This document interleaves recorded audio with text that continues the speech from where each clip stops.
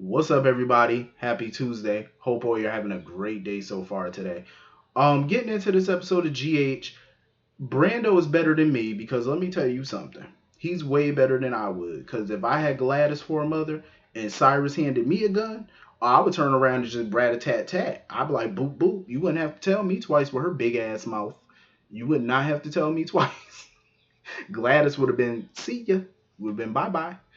Um, But come on now, Brando. Brando had to have known that that was a test. I mean, we've seen stuff like that a million times where somebody hands you a gun and be like, "Oh, you're gonna kill this person, the person you love." It's always a test because they know you're not gonna do it. They know you're not gonna do it. Cyrus knew Brando wasn't gonna kill his mother. It was a test, and he failed because he turned that gun around, tried to point it at Cyrus. I'm like, Brando, really? That's the oldest trick in the book. Somebody hands you a weapon and tell you that you're going to be the one to murder your loved one. They're just seeing if you're going to do it or not. And 9 times out of 10, they know that you're not going to do it. Sometimes 10 out of 10, depending. But they know that you're not going to do it. So they're not dumb enough to hand you a loaded gun that you're going to turn around and shoot them with. Nobody's that dumb. Well, I've seen a couple people do that and it did backfire and they did get shot. For some odd reason, and you know I love me some Helena. But for some odd reason, I never understood why the hell would Helena Cassadine hand Luke Spencer a loaded gun? No, she didn't hand it to Luke, did she? Who did she hand it to? Did she hand it to Luke? I gotta remember, did she or did she not? No, now I remember. She handed the gun to Laura, and Luke snatched it out of Laura's hand, shot the guards, and then shot Helena. My thing was, what the hell was Helena thinking giving Laura that gun? A loaded gun at that? That should have been a test. Like, because she should have known that it was going to backfire on her. I think part of her knew that it would. That's why she made that video afterwards, because she had a feeling. But I'm like, yeah, I still would never did no craziness like that. Yeah, nah, that's a hell of a gamble to be taken. Um, but yeah, Brando better hope that Carly's men could come up in there and save him before it's too late. Because Cyrus is already pissy at this point because he's mad that he felt betrayed by Gladys, which he should have known she was gonna do. Because you can't trust a person like Gladys. Um, and he's also pissed off because he knows that Brando's the father of Sasha's baby. He not stupid. He know it. Especially after Peter confirmed to him that he saw the two of them hanging out together like at the hospital recently. He know that he the baby father. He know exactly what's going on. Cyrus ain't that dumb. But I do agree with Brando though. How can you be obsessed over somebody that you tried to kill? I don't understand that. Like, why he has this obsession with Sasha when you try to kill Sasha. And then on top of that, Cyrus had the nerve to try to threaten Sasha and her unborn child.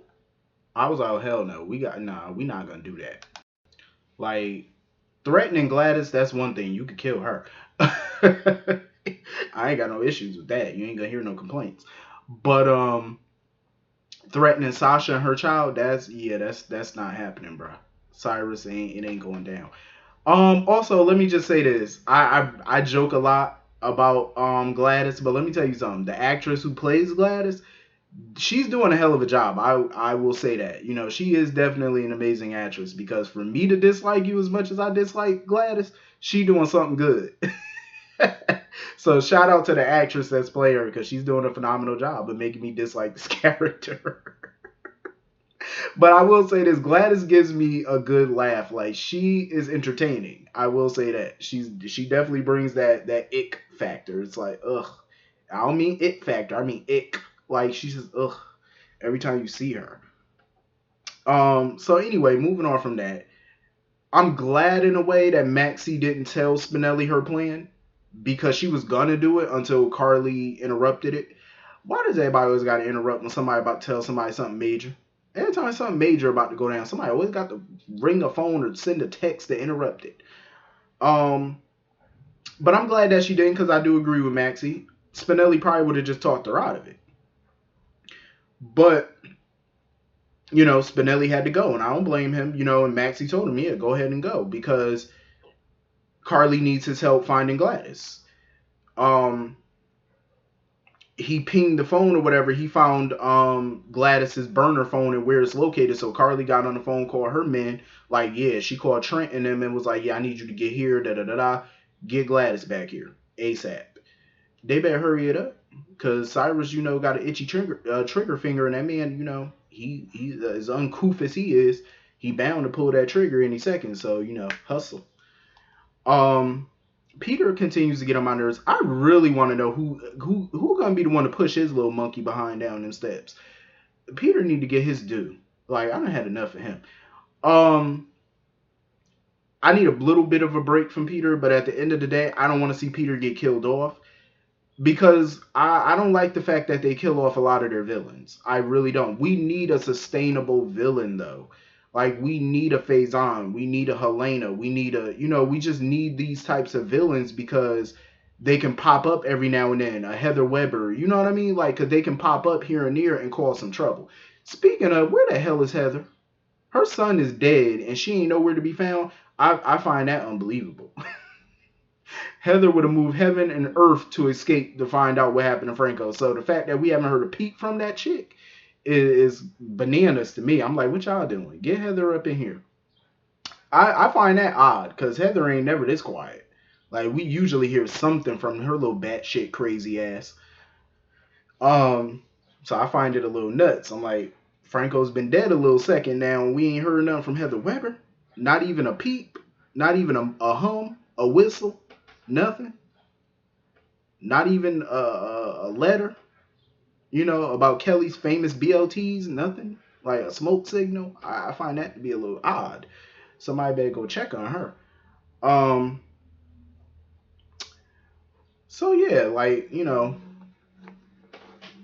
need to we need sustainable villains. Like somebody who could pop in, like I said, and cause some drama every now and then. I think Peter can do that. I think he can. Peter's that type, like, I feel like he's a decent villain. Is he as great as the great villains past? No, of course not. But I feel like he can be sustainable. He can be. If they do it right, he can be sustainable. Chloe is just dense. Like, I like Chloe. I like her personality so far. The little glimpses we see of Chloe, I kind of wish that she was a permanent staff member. If she wasn't on Peter's payroll, of course. But, I could see her as a good recurring nurse at GH. But we going to have to get her out of Peter's, off of Peter's payroll, though. But I want to know who pushed his little monkey butt down them steps. I really do. Like, who had the gall to do that? I wouldn't be surprised if it was Sasha. Because he definitely tried to, gold Sasha or whatever when he bumped into her at the hospital on the elevator or whatever. About her spending time with Brando and stuff like that. But Peter is making his own plans at this point. Like, he's sitting on the phone calling people, getting a helicopter, a chopper or whatever for himself and Maxie and the baby and stuff. Like, he's definitely trying to get this baby and he's trying to get him and Maxie the hell out of Port Charles. So, of course, Chloe shows up at Maxie's apartment with a wheelchair, of all things. I'm like, okay.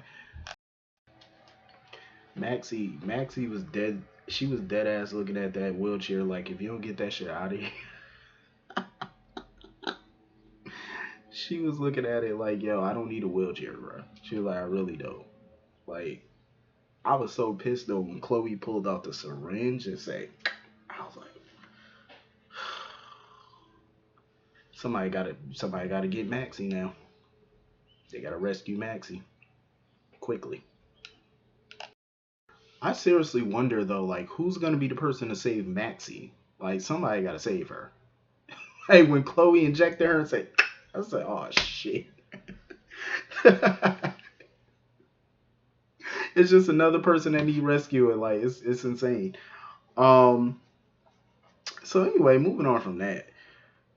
Freaking Sasha need to come up with a plan to protect herself and her kid, because now that Cyrus knows that the kid is Brando's child, she gonna have to come up with a new plan, because that old one that she just concocted, it ain't working. I don't even think it worked on him the first time she told him about it. Now he threatening her and her child. She need to do something. Protect herself at all costs. I really wish that at some point her and Willow can really get back to normal as friends and stuff. Because sometimes it seems like they're getting to that point, but then there's that underlining issue of Michael. Um, but I'm glad, Sasha told Willow that she was pregnant and stuff, and she assured her that it wasn't Michael's kid, so she ain't got to worry about it. She was like, Wiley ain't getting no sibling over here. Um, but I'm gonna need somebody to protect Sasha at this point, because this all started because Gladys ran her big ass mouth. So when this is all said and done, Brando needs to put a muzzle on his mama.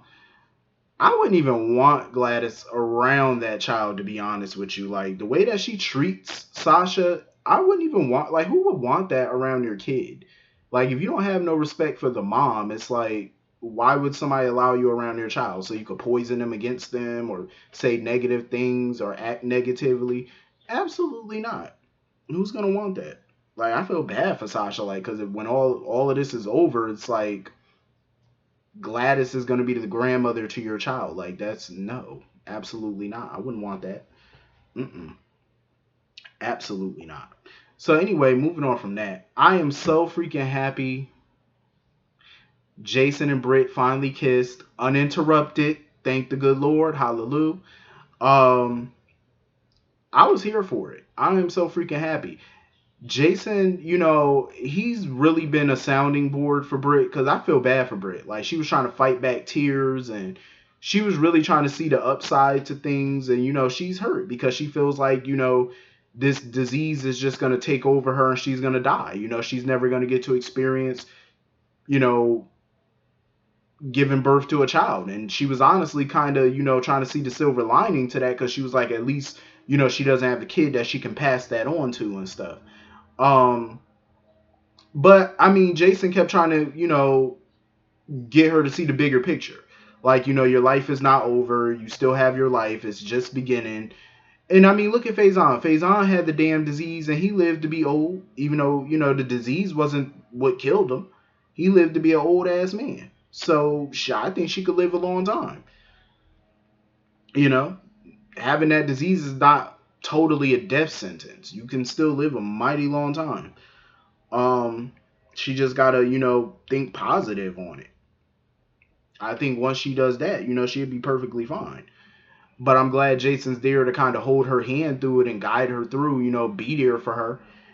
And I'm glad, because Jason, he was ready for it. You could tell Jason been wanting him some Britt for a little bit of time now, especially after all that time they've been spending together and stuff.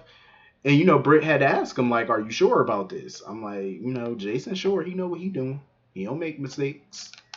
I agree with Jason. I mean, Jason's not a doctor, but I'm pretty sure, Britt can still live a long, healthy life. I'm pretty sure she can. But like I said, I'm here for her and Jason being a couple though. So anyway, moving on from that. At the Tano, Sonny is desperately trying to get to Nina. Lord only knows why. I mean, in my opinion, Nina did this to herself, though. She really did this to herself. Nina should have listened and not went after Elijah by herself. That was a stupid move. I mean, the man knows that you and Sonny broke into his office. Like, he knows this. He's not dumb. He's not dumb by far. Like, he knows. So when they went to the barbecue or whatever, he wanted her to come with him to the pond. And when she went or whatever, her purse got knocked down or whatever, and he saw all the documents and stuff that she had from his office. And she's sitting there talking about, oh, we'll see what the cops have to say. You should have never said that. You are by yourself. You have no weapon, nobody around you. What are you thinking? So, of course, Elijah grabbed her wrist and basically told her, you're not going anywhere. It's not going to be that easy. I said, damn, Nina. But thank God, Sonny basically, told Lenny what the hell was going on, that his good buddy was basically buying up all the property in, Nixon Falls or whatever, so that way he could sell to developers and make a huge profit, while the rest of them either walk away with nothing or way less than what he's about to get, So I'm glad at least Lenny knows that little tidbit.